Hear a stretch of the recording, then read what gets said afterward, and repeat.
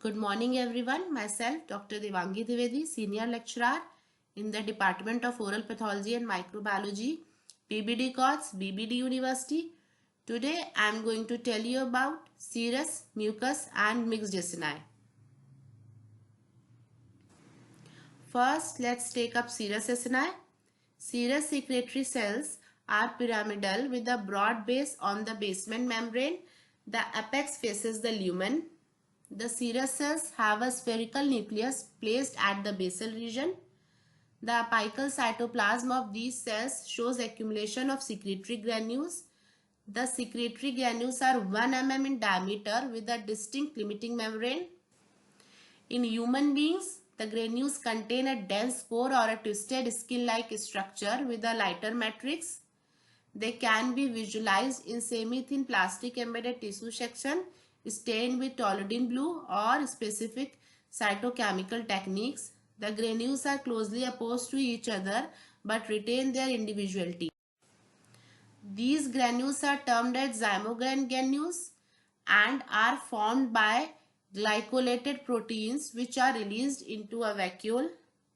In electron microscope, the immature granules appear paler in density as compared to electron-dense granules which are maturing and moving towards the luminal plasma membrane. The numbers of the secretory granules also vary with different levels of activity in an unstimulated or resting cell. There are numerous granules in the luminal portion of the cell, whereas in a stimulated cell, the granules are few as they are depleted in huge numbers into the lumen by exocytosis.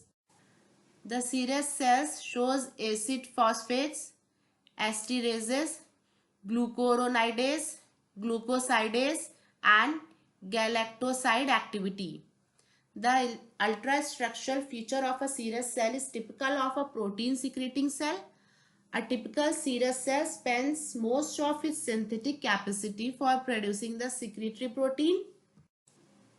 The basal cytoplasm is packed with parallelly stacked with ribosome studded RER.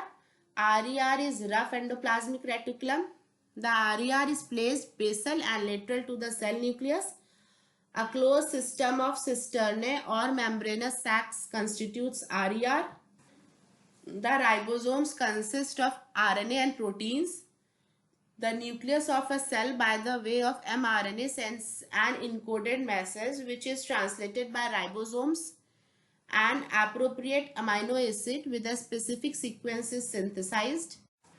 These proteins or the pre-proteins have a NH2 terminal extension of 16 to 30 amino acids called the signal sequence.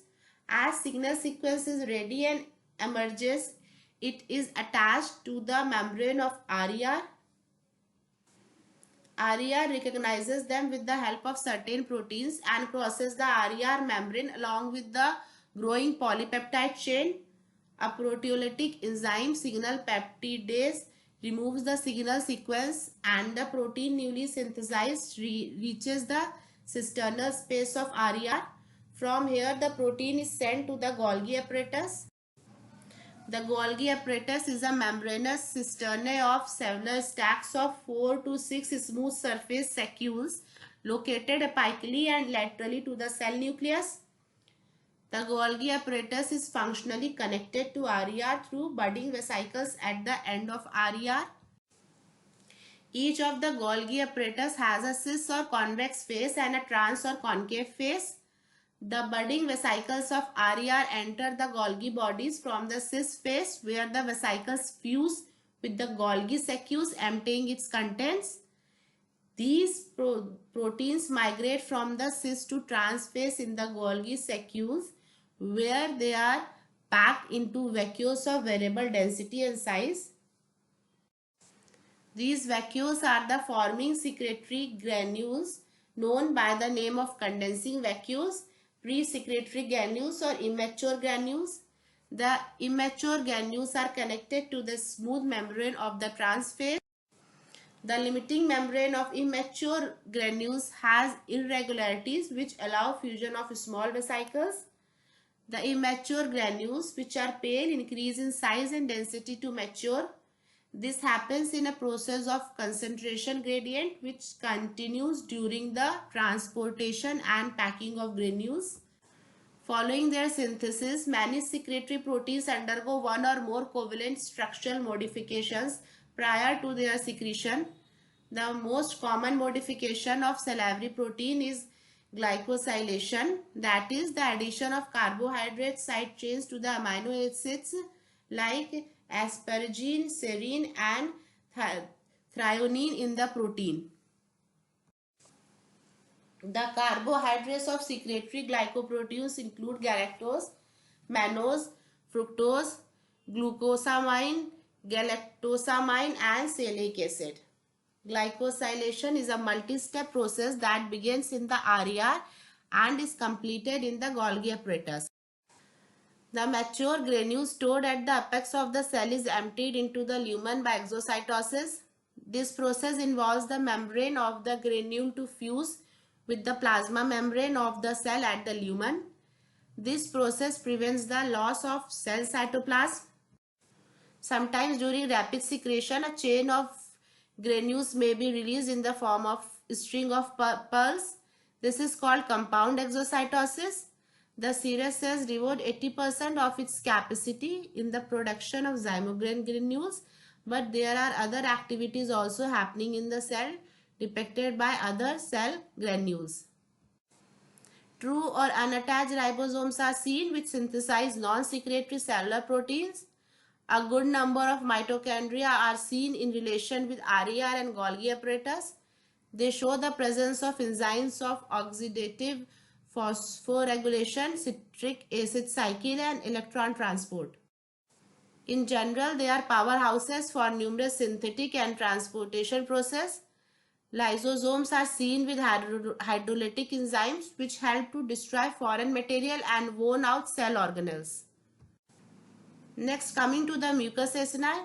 The mucous cell, like the serous cell, is specialized for the synthesis, storage and secretion of a secretory product. However, its structure differs from that of serous cell.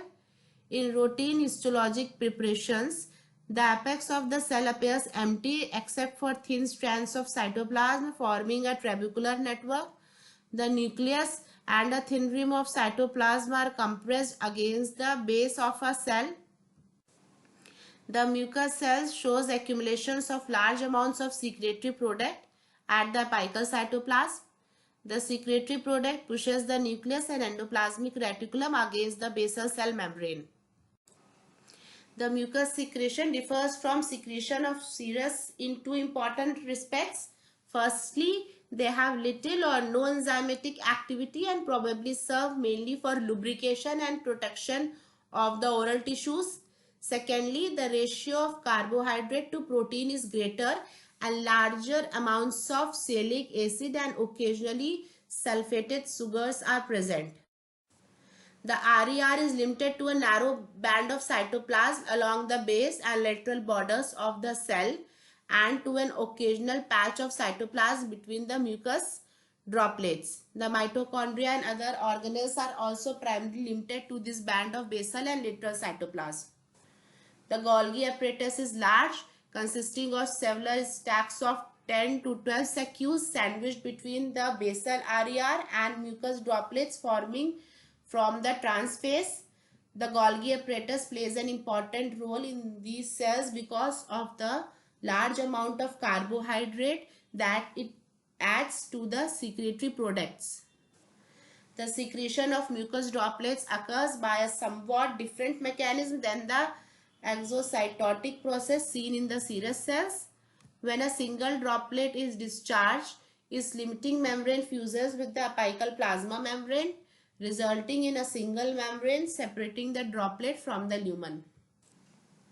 This separating membrane may then fragment, being lost with the discharge of mucus, or the droplet may be discharged with the membrane intact surrounding it.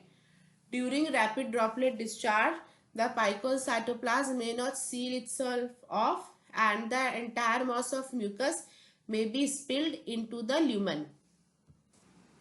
Lastly, coming to the mixed acini. In mixed glands having both serous and mucous acini, sometimes the serous acini are present as crescent-shaped caps over the mucous acini. Then these are called as demilunes. Here you can see the diagram for serous, mucous and mixed acini. That was all. Thank you.